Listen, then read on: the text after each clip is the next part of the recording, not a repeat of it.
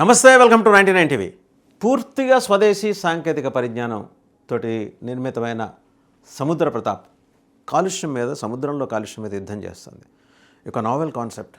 సముద్రంలో కాలుష్యమే కాదు, సముద్ర పర్యావరణాన్ని కాపాడటం, అలాగే పర్యావరణ సమతుల్యతని గౌరవిస్తూ తీసుకోవాల్సిన ప్రోటోకాల్స్ ఏమున్నాయో వాటికి అనుగుణంగా పనిచేయడం, నిరంతరం నిఘా పెట్టడం, పర్యావరణానికి ఇబ్బంది కలగకుండా నిరంతరం నిఘా పెట్టడం, అటువంటి ఇబ్బంది కలిగితే దాన్ని అడ్రస్ చేయడం.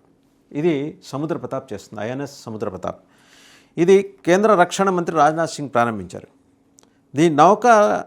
ఈ షిప్ హైలైట్స్ ఏంటంటే, తొలిసారిగా స్వదేశీ సాంకేతికతోటి ఈ నౌకను నిర్మించారు. పర్యావరణ పరిరక్షణ, భద్రత బోత్, అంటే ఈ పర్యావరణాన్ని కాపాడుకోవడంతో పాటు సెక్యూరిటీ ఆస్పెక్ట్ కూడా ఇక్కడ ఉంటుందన్నమాట. తొలిసారిగా స్వదేశీ సాంకేతిక పరిజ్ఞానంతో దీన్ని భారత్ రంగంలోకి దింపింది. ఇండియన్ కోస్ట్ గార్డ్ నౌక ఇది. దీన్ని సముద్ర ప్రతాప్ అని పేరు పెట్టారు. కేంద్ర రక్షణ మంత్రి ఈ విషయం వెల్లడించారన్నమాట. ఇది భారతదేశ స్వయం సమృద్ధి నౌకా నిర్మాణ రంగంలో ఒక ముఖ్యమైన మైలురాయి. గోవా షిప్యార్డ్ లిమిటెడ్ నిర్మించింది ఈ నౌకని. సముద్రంలో కాలుష్యాన్ని నియంత్రించడం, అగ్ని ప్రమాదాల నివారణ, సముద్ర భద్రత, పర్యావరణ పరిరక్షణలో దేశ సామర్థ్యాన్ని గణనీయంగా పెంచుతుంది. అంతేకాదు, ప్రాదేశిక జలాలు, తీర ప్రాంత గస్తీ, ఈవెన్ కోస్ట్ గార్డ్ కూడా సుదూర నిఘా కార్యకలాపాన్ని నిర్వహించడం.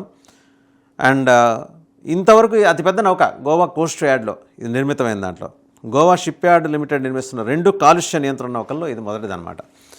ఈ నౌక పరిణితి చెందిన భారత రక్షణ పారిశ్రామిక వ్యవస్థకు నిదర్శనం అని చెప్పేసి డిఫెన్స్ మినిస్టర్ రాజ్నాథ్ సింగ్ అన్నారు. నిజమే. మనం ఈ 20 ఏళ్లలో సాధించిన ప్రగతి, ప్రత్యేకించి ఈ 10-11 ఏళ్లలో సాధించిన ప్రగతి చాలా ఎలాబొరేటెడ్గా మేనిఫెస్ట్ అవుతున్న దృశ్యాన్ని రక్షణ మంత్రి రాజ్నాథ్ సింగ్ వివరించారనమాట. తొలిసారిగా ఈ ప్రయత్నం చేయడం. సముద్ర ప్రతాప్ పేరు కూడా చూడండి, చక్కటి పేర్లు పెడుతున్నారు. అటు సైన్యానికి వచ్చేప్పటికి కాలభైరవ్ అండ్ రుద్ర బ్రిగేడ్, ఇటు నౌక దగ్గరికి వచ్చేప్పటికి సముద్ర ప్రతాప్. సముద్రంలో ప్రతాపాన్ని చూపిస్తుంది.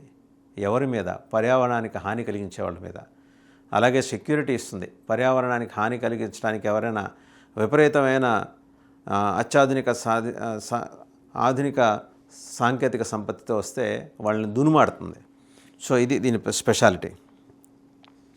యుద్ధ నౌకల్లో స్వదేశీ సాంకేతిక శాతాన్ని దాదాపు 90%కి పెంచడానికి నిరంతరం జరుగుతున్న ప్రయత్నాల గురించి కూడా రక్షణ మంత్రి రాజ్నాథ్ సింగ్ ఆయన వివరించారన్నమాట.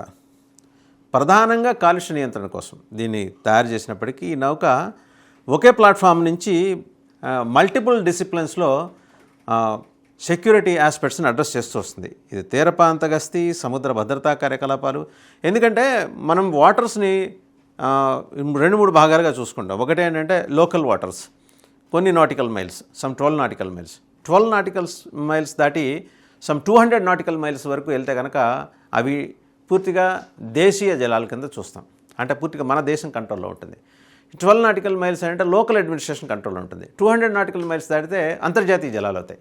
సో ఈ మూడిటి వేరియేషన్కి సంబంధించి నిర్దిష్టమైన సమాచారాన్ని, సాంకేతిక వ్యవస్థలను ఏర్పాటు చేసుకున్న ఈ నౌక ఎక్కడ జరుగుతున్నా కూడా ఈ 3 ప్రాంతాల్లో సెక్యూరిటీ ఆస్పెక్ట్స్ని చాలా బలంగా పరిశీలిస్తుంది. నిరంతర నిఘా అనమాట. డేగ కన్ను అంటారు కదా, అలా చేస్తుంటుంది. కాలుష్య నియంత్రణ, రెస్క్యూ, భద్రత లాంటి భారత కోస్ట్ గార్డ్ అందించే సేవల్లో ఈ బహుముఖ సేవల గురించి ఆయన విస్తారంగా వివరించారు. అండ్ బ్లూ ఎకానమీ రక్షించడానికి, ప్రత్యేకించి బ్లూ ఎకానమీ అంటే Matsya Sampada, blue economy, waters, Matsya Sampada, తీర ప్రాంత జీవనోపాధి, దాన్ని మరింత మెరుగుపరిచి దిశగా సముద్ర పర్యావరణ వ్యవస్థను తీర్చిదిద్దడం కోసం అని చెప్పేసి సముద్రంలో కాలుష్యాన్ని సకాలంలో నియంత్రించడం కోసం ఇలా మల్టిపుల్ డిసిప్లిన్స్లో పనిచేసే సముద్ర ప్రతాప్ ఎంట్రీతోటి మొత్తానికి అంటే భారత నావికాదళం ఒక కొత్త సొబగుని అద్దుకుందని మనం చెప్పచ్చు.